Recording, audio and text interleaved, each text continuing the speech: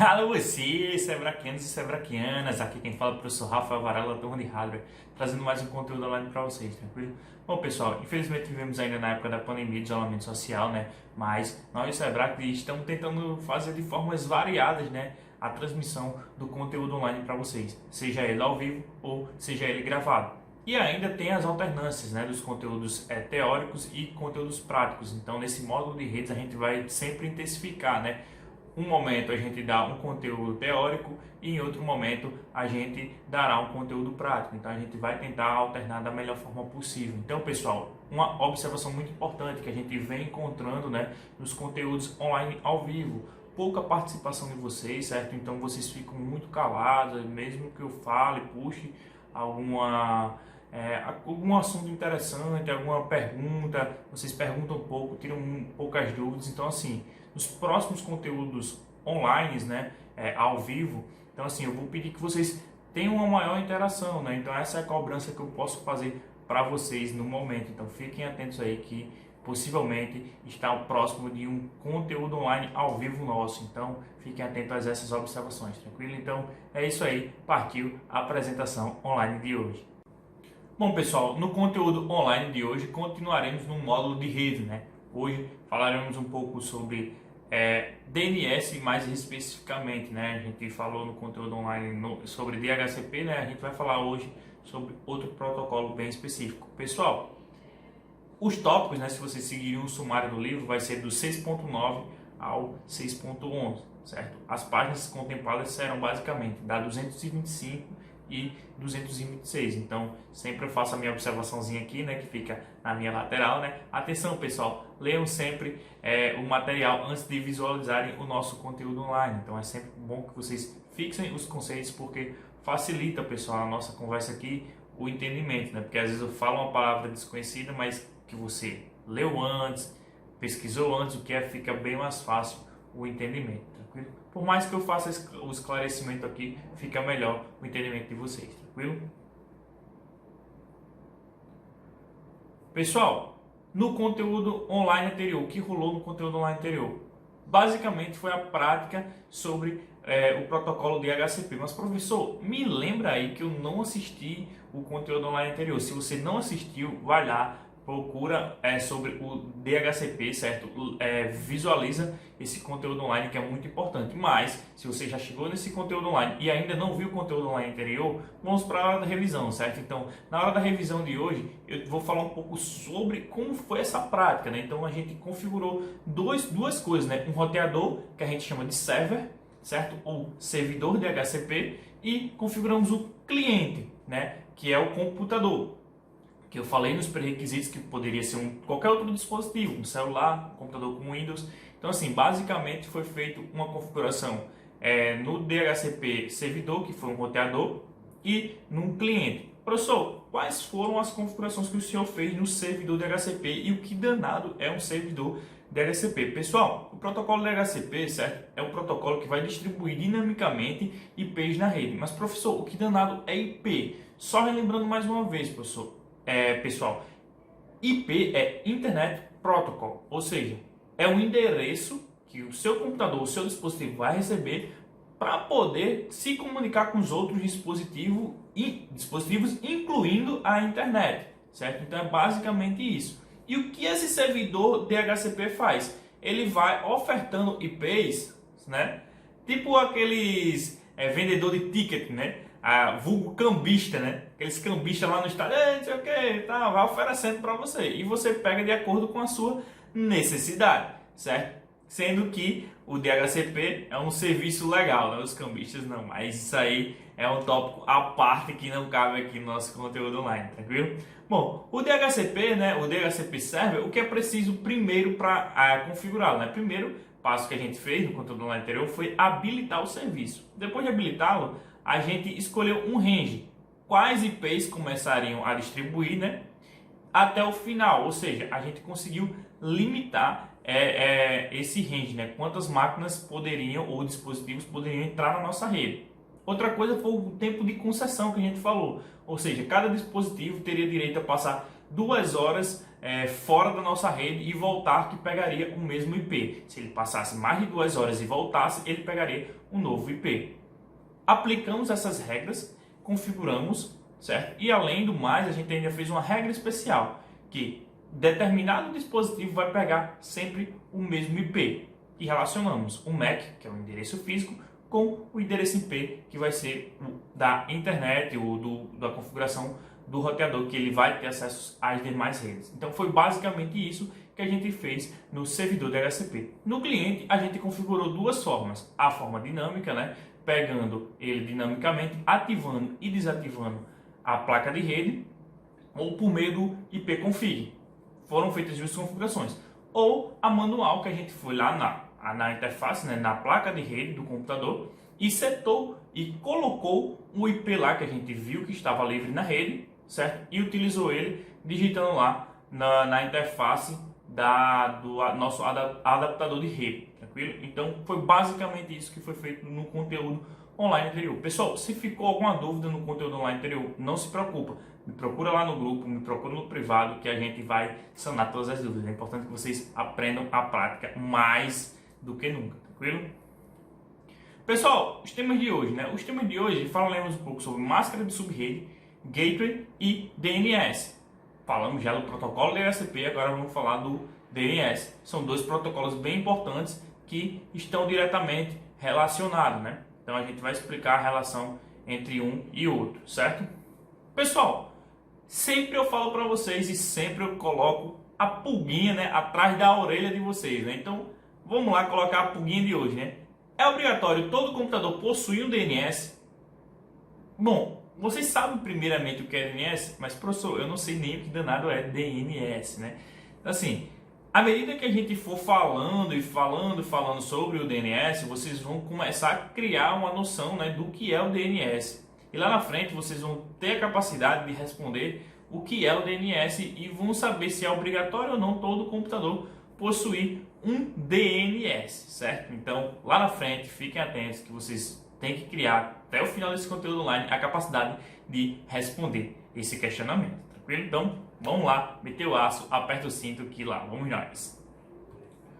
Pessoal, o primeiro tópico de hoje é sobre máscara. Mas, professor, máscara é essa agora da pandemia que a gente fica usando para proteger, né? Não pegarmos coronavírus? Não. A máscara de rede, não confunda redes de computadores com rede Santa Luzia, essa que a gente usa para dormir. E nem máscara de subrede com máscara que protege as nossas vias nasais, né? E a região bucal do coronavírus, né?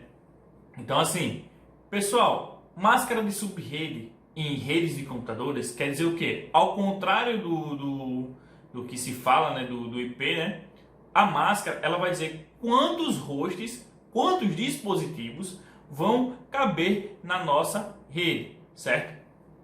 Então, assim, o IP ele tem um número bem específico, certo? O IP ele vai ser formado por valores decimais, certo? De 0 a 255. A máscara é só formada por basicamente dois valores, 0 e 255. Mas assim, isso para arquitetura Classical. Mas professor, o que é arquitetura Classical? Isso sempre fala danada dessa arquitetura.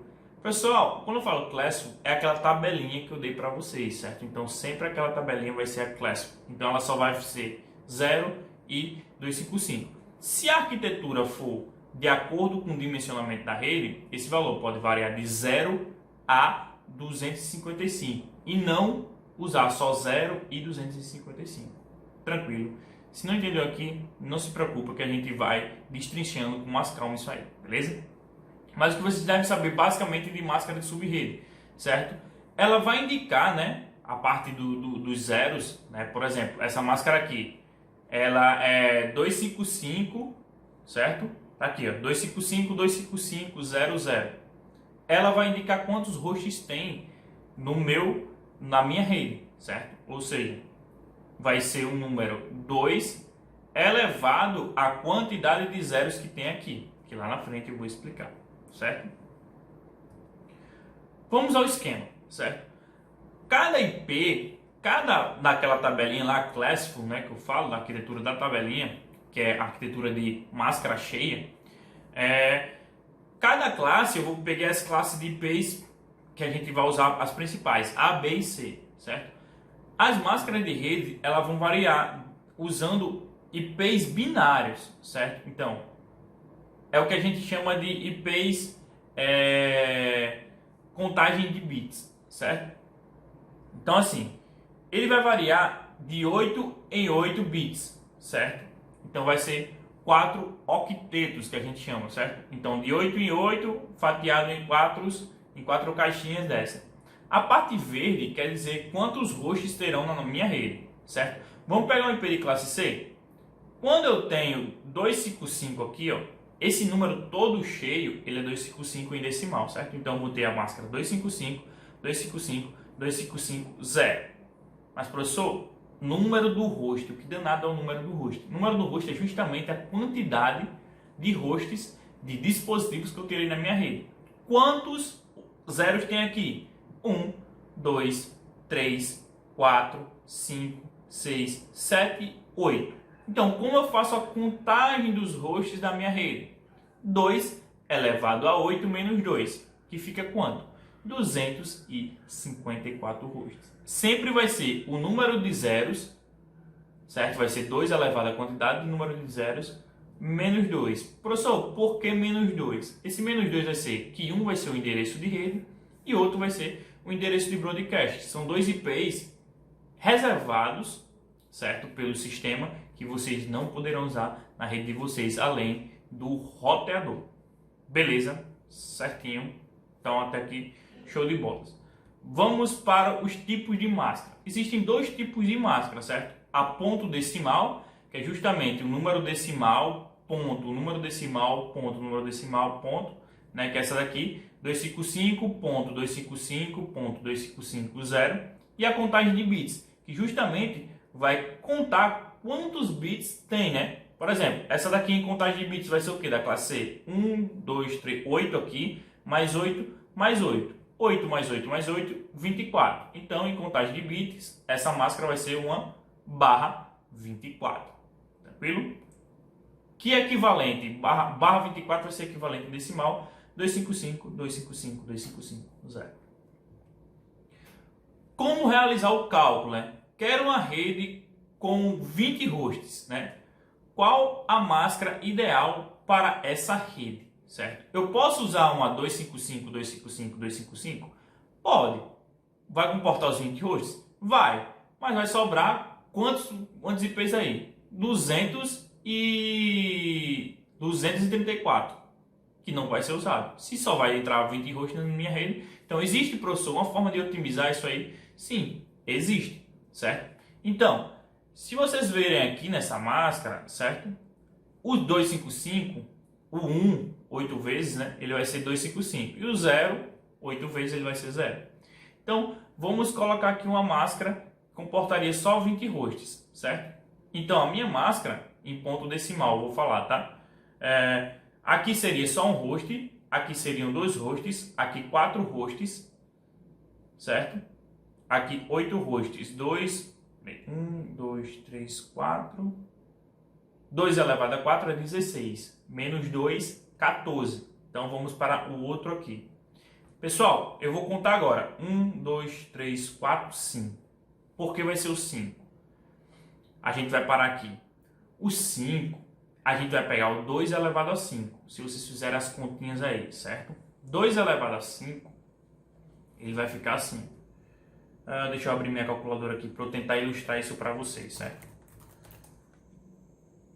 Calculadora. Vamos abrir a calculadora programador, certo? Eu vou digitar aqui um número decimal, certo? E ela vai aparecer em binário. Pessoal, é o seguinte. Vou colocar em binário. Ele vai só escrever zeros e uns agora. Quando eu falo 5 aqui, certo? Quando eu falo 5 zeros aqui, ó, 1, 2, 3, 4, 5, e parar nesse zero aqui, eu vou escrever o número dessa forma, tá? 1, 1, 1 e 0 5 vezes. 0, 0, 0, 0, 0, certo? Ou seja, esse número em decimal vai equivaler a quanto? 1, 2, 3, 4, 5, 6, 7, faltou um zero. Mais um zero aqui. Esse número em decimal, olha aqui o DEC.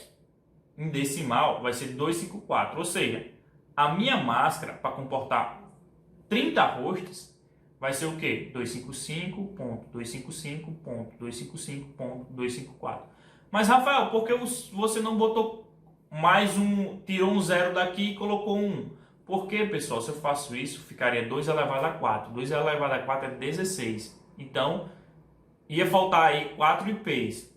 Agora, se eu boto para mais, para 32, certo? Eu vou ter 30 IPs válidos na minha rede e 30 é maior que 20. Então, a máscara vai comportar a quantidade de dispositivos, que no caso aí é 20, certo? Então, é basicamente isso. E vocês têm que sempre otimizar a rede de vocês. Mas, professor, é obrigatório fazer essa otimização? Não. Que é no caso da gente, certo? Que eu vou mostrar no próximo exemplo. Tranquilo? Que é esse caso aqui. Olha, pessoal, como está configurado aqui, tá vendo? Eu usei o IP, certo? 10.0.0.131, escolhi. Aqui é uma configuração de IP manual, certo, pessoal? Fui lá na interface do Windows, na minha interface de rede, configurei manualmente como a gente fez no exercício anterior, certo? No conteúdo online anterior. Setei uma máscara aqui, 255.255.255.0. Como eu falei, essa máscara vai comportar 254 IPs, pessoal, 254 telefones na sua casa, 254 computadores. Então, assim, é muita coisa, é muita coisa. Sua casa não vai chegar nem a 20 dispositivos. Teria como otimizar? Teria. É obrigado? Não é obrigado. Então, como não é obrigado, neste caso da nossa rede doméstica, que é o nosso exemplo aqui, o exemplo de vocês, certo?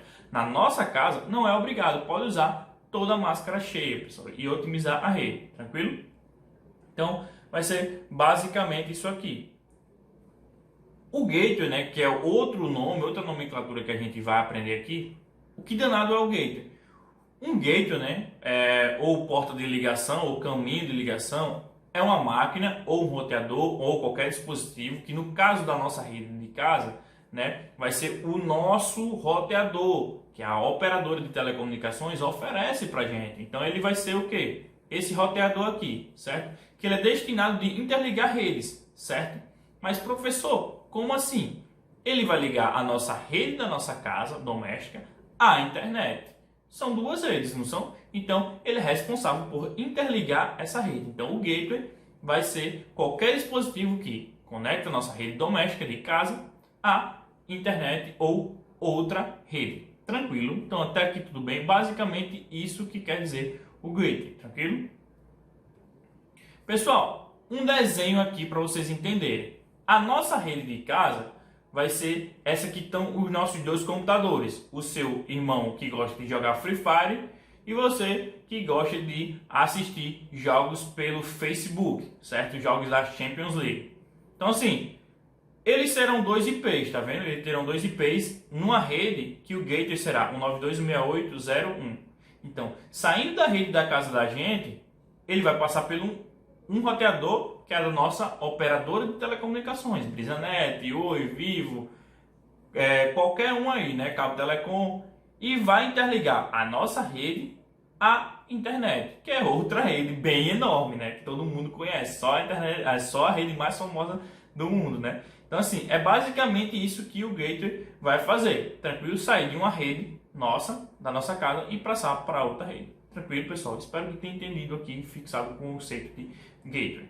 Pessoal, o DNS, né? Finalmente chegamos no sistema de nomes de domínio, né? Mais conhecido nomenclatura em inglês, Domain Name System, né? Que é o DNS. É um sistema hierárquico e distribuído de gestão de nomes para computadores, serviços ou qualquer máquina conectada à internet ou rede privada. Professor, o senhor falou um monte de coisa e eu não entendi nada. Pessoal, o nome, né? Aí é muito difícil a gente decorar números, né? A gente sempre foi ruim em números. Sempre. E sempre fomos melhores em decorar nomes, coisas. Tem poucas pessoas que gostam de números, e mais, a maioria, né? Gosta mais de nome. E fica mais familiarizado para nós, né, digitarmos um nome. Então fica mais fácil você decorar o IP de um site ou simplesmente www.google.com.br. fica muito mais fácil digitar o nome do site que você quer acessar, tranquilo? Fica bem mais cômodo. Então, assim, existem dois tipos de configuração para a gente fazer no DNS. Professor, por que a gente tem que configurar um DNS na nossa máquina? Pessoal, todo nome que você for digitar no Google, toda pesquisa que a gente fizer que envolva nome de algo, a gente tem que utilizar o protocolo DNS. Por quê? Assim que eu digo o nome, www.google.com, uol.com.br, g1.com.br. Então, assim, todos esses nomes que eu citei precisam de um DNS cadastrado na sua máquina. Se esse DNS não for configurado, simplesmente seu acesso à internet não vai ter acesso. Você não vai conseguir ver um vídeo no YouTube, não escutar uma música no Spotify, não vai conseguir fazer absolutamente nada, nem ver um filme na Netflix, tranquilo? Então é basicamente isso. Então o DNS, todo computador tem que possuir um DNS, é obrigatório hoje, todo computador possui um DNS. Ou, se não possui um DNS, você seria obrigado a decorar todos os IPs de todos os sites que vocês acessam e tem que saber exatamente o número exato. Isso é viável? Não, não é viável. Então por isso que todos os hosts têm que ter um endereço DNS. Existem duas formas de configurar um DNS na sua máquina. De forma manual, que é usando aquela interface ali de rede, né, do computador, como eu mostrei agora há pouco, que a gente configurou o gateway. Da mesma forma que a gente configura o gateway, a gente configura também o DNS, botando os números lá, dizendo qual é o DNS que eu quero usar. E o de forma automática, que a gente indo no roteador, configurando e dizendo, olha, quem entrar na minha rede vai receber esse DNS aqui. Então é basicamente isso, tranquilo? A configuração manual e automática. A árvore DNS que a gente citou lá na definição é justamente isso aqui, certo? Existe um DNS que sabe todos os nomes, é aquele Odin, o pai de todos, né? Quem assiste aí Vingadores vai estar ciente de quem é Odin, né? Então, abaixo de Odin terão outros ramos, certo? O .org, .net e o .com, certo? Abaixo do ponto desses .net, ponto alguma coisa, vai estar as instituições, as empresas que vão usar esse nome. E depois vai ter o nome em si. Se vai ser suporte.google.com, se vai ser www.google.com. Então, quando a gente vai percorrer e pesquisar sobre o Google, a gente vai na árvore DNS percorrendo. Vemos quem é o DNS que tem o www.google.com e vamos subindo. google.com e até chegar no DNS root e ele resolver todos os nomes, certo?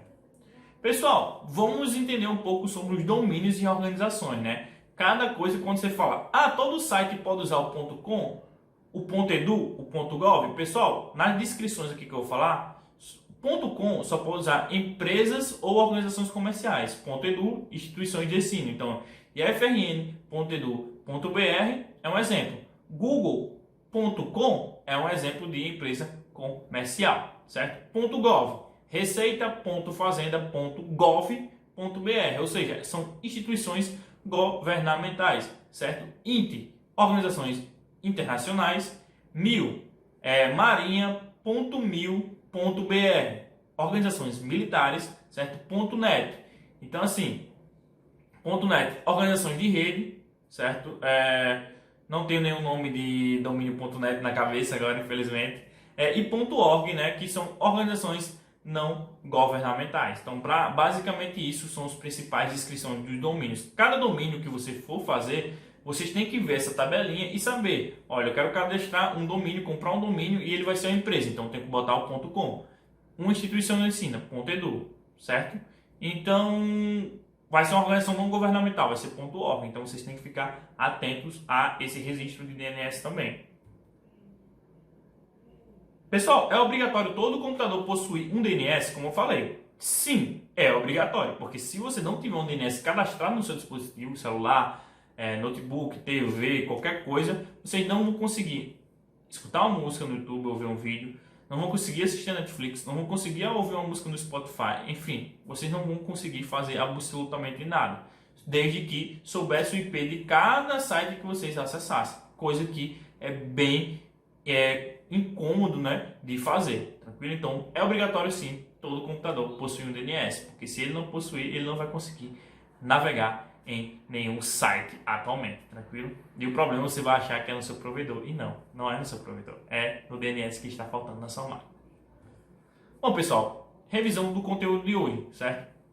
Que nós vimos um pouco sobre máscara, né? Que nada mais é que um dispositivo de rede de computador, né? Um número que a gente vai dizer qual vai ser o limite de host na nossa rede, certo? Falamos do gateway, que ele vai ser um dispositivo que vai interligar uma rede da nossa casa, né, domesticamente, para a internet. O exemplo que eu dei lá foi do roteador da nossa empresa de telecomunicações, né, seja Cabo Telecom, Brisanet ou qualquer outra internet. E falando do DNS, né, que é já justamente um protocolo que vai resolver nomes nas redes, né. Então, qualquer site que eu for acessar, eu vou precisar saber o DNS dele. No caso do Google, www.google.com. Se eu não souber o DNS do Google, né, e não tiver o caminho certo, ele simplesmente não vai acessar. Mas se eu souber, todo site que eu for acessar, quem vai resolver esse nome, quem vai dizer para onde vai esse nome e qual será o próximo salto, vai ser o meu DNS, tranquilo? Então é por isso que é importante nós sabermos e termos um DNS no nosso computador. Pessoal, exercício de fixação, né? Eu sempre dou umas dicas aqui. Pessoal, a gente está tendo alguns probleminhas e vocês estão deixando sempre para a última hora, procrastinando ao máximo os exercícios. Não façam isso, pessoal. CRA sempre vai estar entrando em contato com vocês, mandando o exercício de fixação para vocês e mandando também o conteúdo online. Então vocês assistam o conteúdo, respondam o exercício de fixação e mantenham o CRA formado. CRA, fiz atividade, estou fazendo, estou tendo um problema porque estou tendo trabalho, alguma coisa do tipo. Só informem, pessoal, porque a gente conta isso como presença online, tranquilo? Então fica atento aí, é importante que vocês respondam. Pessoal, próximo conteúdo online faremos uma prática de DNS para vocês entenderem melhor o que foi falado aqui, né? Então assim, entender o porquê a gente tem que cadastrar um DNS no nosso roteador ou na nossa máquina e fazer teste de simulação se eu não tivesse um DNS, o que aconteceria com o meu computador, tranquilo? Então é basicamente isso. Bom pessoal, isso é tudo por hoje e até o próximo conteúdo online. Valeu!